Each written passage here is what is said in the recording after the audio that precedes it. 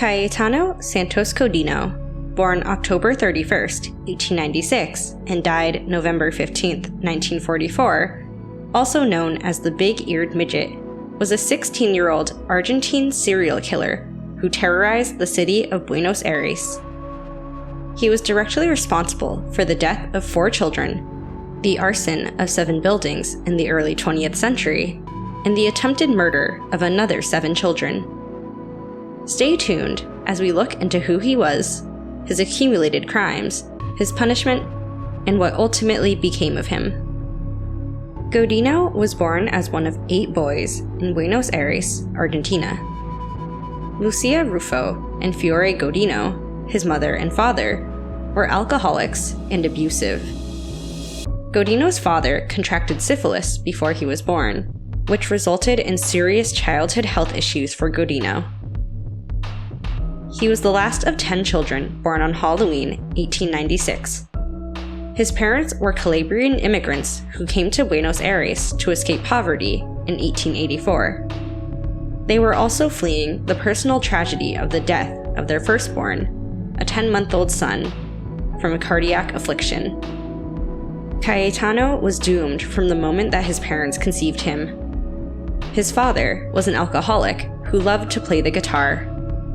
One thing led to another, and eventually he caught syphilis from one of his fans. Syphilis is a sexually transmitted disease whose cure is penicillin. However, at that time, this was yet to be discovered. That didn't seem to stop Fiore from wanting to satisfy his little man, and so Cayetano was born.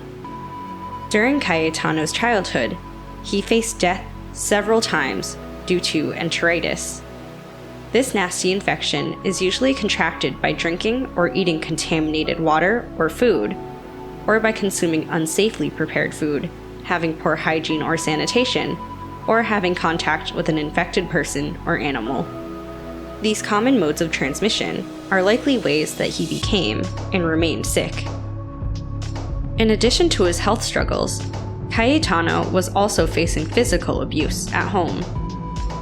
When his father was drunk, he would use his entire family as punching bags. Doctors would later examine Cayetano's head and discovered 27 scars that were caused by his father and older brother. As a child, Godino loved playing with fire and killing animals such as cats and birds. Godino and another delinquent child named Alfredo Tursi started spending a lot of time in the neighborhood killing birds and kittens. Godino took some of these and hid them beneath his bed, but this did not quench his thirst for blood. Godino's father went to the 10th Precinct Police Department, frustrated and unsure what to do with his 9-year-old son. He said, to quote, "Mr. Commissioner, I can't handle him. It is impossible to master it. He smashes the windows of the neighbors with stones. He beats the boys in the neighborhood. And if I lock him up at home, it gets worse. It gets crazy. The other day, I found a shoebox. He had killed the canaries in my yard. He had plucked their eyes and feathers and left them in the box next to my bed." An officer was dispatched to the Godino family home, only to find the youngest Godino boy and bring him in front of a judge. However, he was only chastised and sent back home by the judge, who probably thought the whole ordeal would scare such a small boy enough that he wouldn't continue his violent behavior. However, this attempt to scare Cayetano straight would prove to be futile.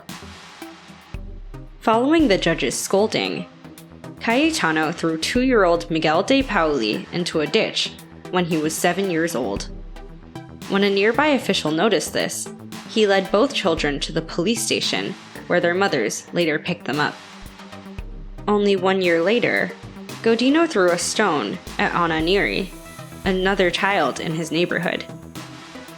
Godino was freed from prison due to his young age after a police officer intervened. His parents also noticed his compulsive masturbation starting when he was 10 years old.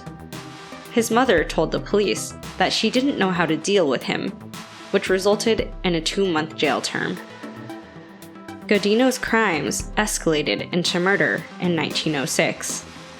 He murdered a 3-year-old girl However, the crime went unnoticed for years until Godino himself eventually confessed to the police. He told them that he had brought the girl to Rio de Janeiro Street and tried, but failed, to strangle her. Instead, he buried her in a ditch and filled the shallow grave with cans, abandoning her to suffocate and die.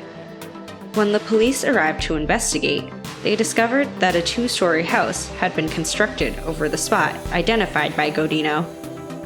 Police reviewed missing person reports and discovered that a report for a 3-year-old girl named Maria Rosa Fase was reported missing at the local 10th police station on March 29, 1906. Sadly, she was never found.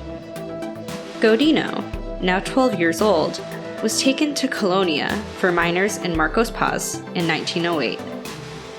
Any hopes of his recovery were quickly dashed.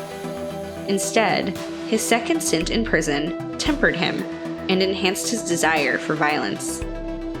After 3 years, he was finally returned to the streets where he had grown up. He was bolder this time, not afraid to explore the city's darkest corners, where he began to consume alcohol extensively and actively sought out the company of miscreants and scavengers like himself. On January 17, 1912, a few months after his 15th birthday, Godino set fire to a warehouse on Corrientes Street. His only reasoning for the crime was that he enjoyed seeing the firefighters at work, especially when they fell into the fire. On January 26, 1912, the partially naked body of 13-year-old Arturo Larona was found in an abandoned house a little more than a week later. He'd been beaten to death and strangled with a rope. On March 7, 1912, less than a month and a half later, Godino set fire to 5-year-old Reina Vainikov's dress while she was looking through a store window. A nearby police officer attempted to extinguish the flames using his own body, but it was already too late. The girl died as a result of her injuries. She passed away 16 days later. Simultaneously, the girl's grandfather noticed her burning and tried to sprint across the road to her. He was struck by a vehicle, and he too died as a result of his injuries. Godino then burned down a corral in Garay on July 16th of that year. He knifed a horse to death at a Chiclana stable in September while operating as an errand boy for some local merchants. He burned down a tram station at the Anglo Company only 2 days later.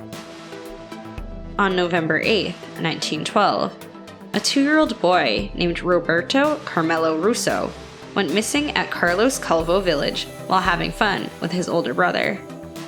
A guard discovered young Roberto bound up in an empty lot only a few minutes later.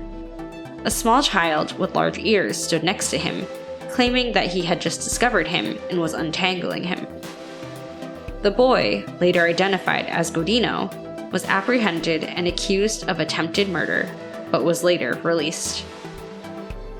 On November 16, 1912, while still waiting, he attacked 3-year-old Carmen Guttoni. Because of the involvement of a nearby police officer, the child escaped with only minor injuries. Exactly 4 days after that, Godino tried to kidnap Carolina Neoliner, a 2-year-old girl, from her front porch, but she cried so loudly that a neighbor heard her and rescued her. Godino burned down 2 large sheds in that same month.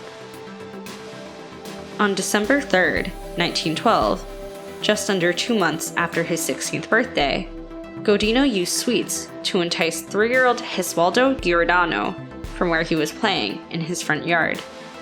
Cayetano kept promising him more candy if he went with him to La Quinta Moreno, an old dump where a brick kiln once stood. He ended up throwing the boy down and started strangling him with a thin string that he wrapped around the boy's throat 13 times and tightened. When strangling failed to kill the boy, Godino used a nearby stone to drive a 4-inch nail straight through his temple until the tip pierced his parietal lobe. He then wrapped the boy in some discarded metal sheets and left for home. He had the audacity to attend the child's wake, where he is reported to have touched the boy's skull to see if the nail was still in there. Police quickly suspected Godino because of his many crimes and proximity to the latest murder, but they were apprehensive that a 15-year-old child could be responsible for something so despicable. During the investigation and dismissal of other suspects, police were able to secure a witness who saw the boys walk hand in hand on the day of the murder. Despite Godino's inability to read at the time, police searched his home and discovered evidence such as pieces of the string used and newspaper clippings about the murder. On January 4th, 1913, he was captured and sent to Hospicio de las Mercedes, a psychiatric institution, pending his trial. He attempted to murder a bedridden invalid and another in a wheelchair there, forcing the staff of the institution to move him to isolated quarters. The public wanted his execution, but minors were not permitted for this. Instead, he was charged with the murders of Arturo Lorora, Jesualdo Giordano, and Reina Bonita Vainikoff, as well as 11 assaults on other children, some of whom were not identified publicly. Despite Godino's confession, he was not indicted for the crime of Maria Rosa Face because her body could not be retrieved to prove his crime. Godino passed away on November 15, 1944, at the age of 48. His death certificate states that he died of internal bleeding caused by advanced gastritis. However, some argue that the bleeding was due to repeated violent attacks and sexual assault by the other inmates. Most thought that this would be a fitting conclusion for the horrific crimes he had done against so many innocent children in his brief life. Do you think that anything could have prevented Godino from turning into a violent monster? What are your thoughts on his crime-filled life? We would love to know. Share your thoughts and answers in the comment section below. As always, thank you for watching, and we'll see you in the next one.